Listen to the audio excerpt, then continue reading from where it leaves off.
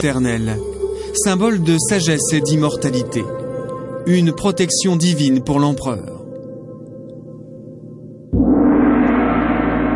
Dans son habit doré, il était le maître d'un univers très codifié.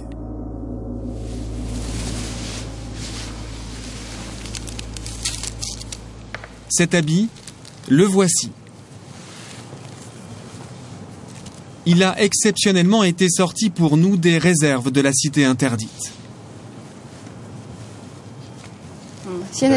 Tu as vu les couleurs? Elles sont vraiment bien conservées. Oui, elles sont vraiment éclatantes. Cette robe d'apparat fut portée par l'empereur Tianlong en 1736. Tire bien le drap. Maintenant pose-le. Moi je ne peux pas, je n'ai pas de gants. Une fois déplié, le vêtement dévoile toute sa richesse. Il est en soie entièrement brodé avec du fil d'or. Les symboles aussi sont importants. Il y a ces dragons, emblème exclusivement réservé à l'empereur. Autre élément essentiel, la couleur. La couleur jaune est la couleur la plus noble dans la Chine antique. Seul l'empereur pouvait l'utiliser. Tout usurpateur était sévèrement puni. Certains étaient même décapités. Même le prince héritier ne portait pas de jaune. Il n'arborait que des vêtements de couleur orange.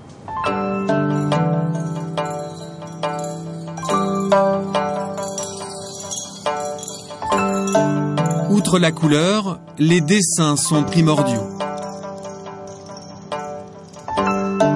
Chaque motif est signifiant. Il rappelle à l'empereur ses responsabilités.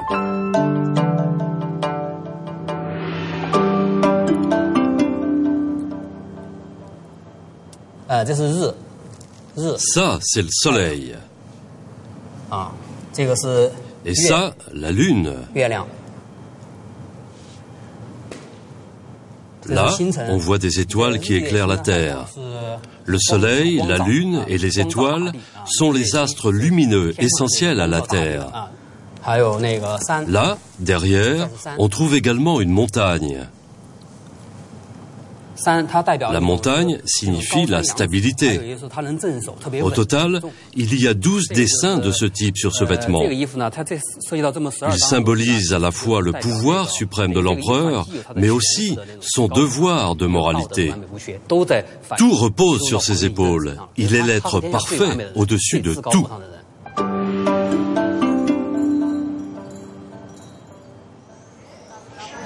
La cité interdite recèle beaucoup d'autres symboles.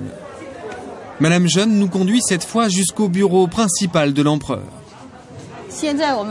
Pour protéger le patrimoine, personne ne peut entrer dans les palais. Je vais donc tout vous expliquer en restant à l'extérieur. C'est un endroit très important, l'empereur y travaillait tous les jours. Vous voyez, il y a beaucoup de dragons sur le trône et sur le paravent derrière. Le dragon est l'animal le plus noble et le plus respecté. Il est le symbole de l'empereur, le fils du ciel.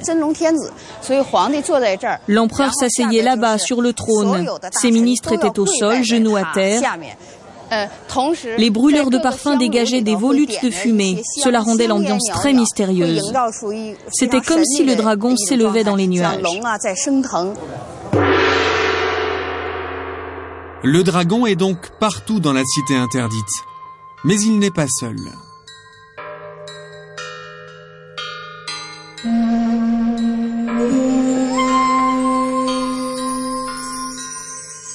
La tortue représente la longévité et la sagesse. Le lion évoque, lui, puissance et prestige.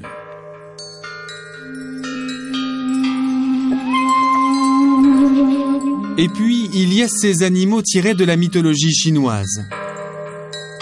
Les plus étranges se situent sur le toit des maisons. Les approcher est un privilège. On les appelle les Shiwen. Tenez, venez voir. Regardez, là, on les voit très bien. Ils sont sur l'arête du toit. Le premier s'appelle Xianzhen. Il a la forme d'un être humain. Les trois qui suivent sont le dragon, le phénix et le lion. Là, vous n'en avez que 3. Cela signifie que cette maison n'a pas une grande valeur hiérarchique. Regardez, elle n'a que 3 pièces. Plus l'architecture a de la valeur, plus les animaux sont nombreux.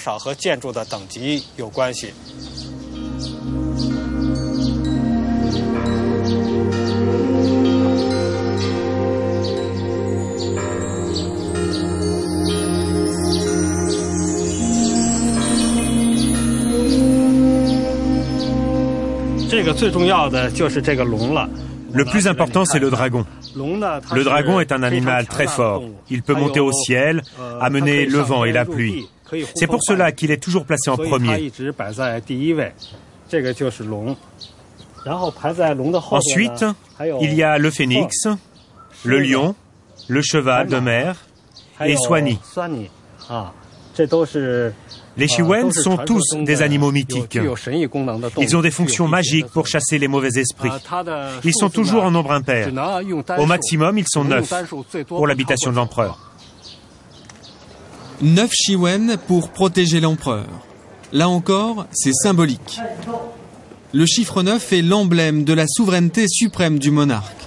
On le retrouve partout. Prenez cette porte, par exemple. Regardez ces clous. Grâce à eux, cette porte est très solide. Et comptez-les. Horizontalement, il y en a 9. Et verticalement compté, il y a 9 rangées de clous également. Le chiffre 9 est le plus grand des chiffres impairs. Il est réservé à l'empereur. Le 9, chiffre impérial. Selon la légende, il y aurait 9999 pièces dans la cité interdite. Toutes les façades sont peintes de la même façon.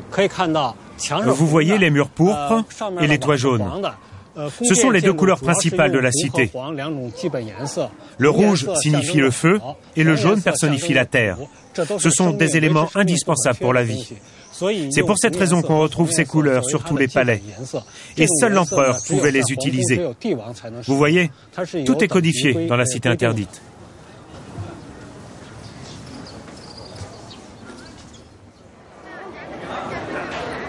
Retour au cœur de la cité. Nous retrouvons Madame Jeune, l'historienne. Ici, on est toujours sur la cour extérieure, là où travaillait l'empereur. Mais si on continue, on arrive à la frontière entre la vie publique et la vie privée de l'empereur. Il vivait derrière ce mur, avec ses épouses et ses concubines. Là-bas, l'ambiance était très particulière.